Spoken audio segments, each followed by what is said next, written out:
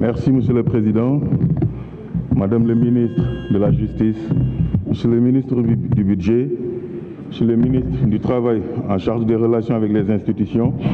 maa ngi nuyu également mes chers collègues honorables députés, di nuyu les Sénégalais de la diaspora, particulièrement ceux de l'Europe du Nord,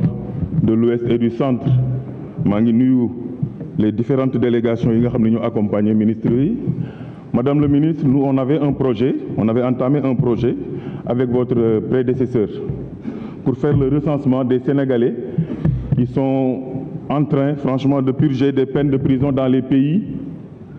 européens, particulièrement nag ci Europe du Nord, de l'Ouest et du Centre. On avait commencé franchement ce travail de recensement. Je parle sous le contrôle de ma collègue Ndeye Satala Diop. Donc maa ngi moom ñoo ko commencé di def. Donc on a noué des partenariats avec certains aumôniers dans les prisons. Mais liggéey bi nag li tax mu metti mooy ñun député diaspora yi dañu amul ay moyens yi nga xam ni dinañ mën a permettre quand même ñu def travail boobu nga xam ne état moo ko waroon a def peut-être wala les consulats parce que effectivement sénégalais fu mu nekk quelles que soient les conditions je pense que état war na ko faa fekk jimbali ko jàppale ko parce que gis nañ ñu la situation de ces sénégalais là dans les prisons est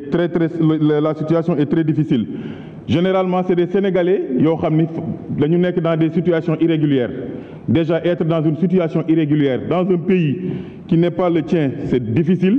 waxatuma nag ñu jël la dugal la prison amoo ko la taxawu gisoo ndey gisoo bàyyi loolu lu metti la. Je pense que c'est un cri de cœur aussi le président de l'Assemblée nationale. Mon père nous entend, peut-être qu'il fera un petit geste quand même pour accompagner les députés de la diaspora qui le souhaitent parce que nag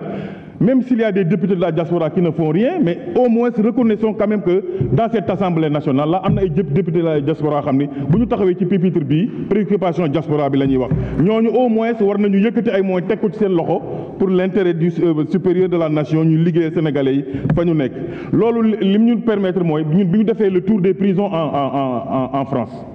Parce que bëggoon nañu def Belgique après ñu dem Angleterre Allemagne mais comme je l'ai dit les moyens ne suffisent pas dañu gis ni sénégalais yi ñu ci bëri dañoo bëgg a ñëw purger seen peine fii te maintenant dans l'Union européenne d'ailleurs même c'est même élargi dans tous les pays de l'Europe képp koo xam ne dañu la jàpp en Europe mën nga am benn transfèrement ci sa pays ba nga jógee pour mën a dem purger ci sa peine foofu loolu nag c'est dans la diplomatie c'est dans les conventions les négociations yi nga xam ne états yi dañ koy mener avec leurs homologues. Beneen bi mooy l'état de la coopération judiciaire parce que daaw daf fi amoon coow lu fi jógoon ñu commencé woon di stigmatiser la diaspora ne ñi nga xam ne dañoo nekk ci réseaux sociaux yi di wax léegi kuñ ci jàpp donc andi woon na coow il y a eu des députés français qui se sont prononcés mais ba léegi dégguñu l'état du Sénégal mu wax ñu quel est l'état de cette coopération là signature boobu nga xam ne convention la bu waroon a am parce que ñun dem nañ nous nous sommes déplacés à l'Assemblée nationale franchement la convention existe elle existe. Les commissions à l'Assemblée nationale étaient en France étaient en train de travailler mais ici moom gisuma benn réunion boo xam ni fii la commission des lois def na ko à l'Assemblée nationale pour examiner loolu yéen aussi ci gouvernement au sein du gouvernement dégguñu ngeen wax ci dara mais li ñu bëgg a xam mooy il faut que les gens aussi comprennent que la diaspora c'est des Sénégalais yoo xam ni ils ont le droit quand même de se prononcer sur la situation politique du Sénégal. C'est pas des menaces qui feront que effectivement ces Sénégalais-là vont s'abstenir de se prononcer mais nag ñun nag waxuñu kenn na wax luy taal dëkk bi parce que nous sommes des députés responsables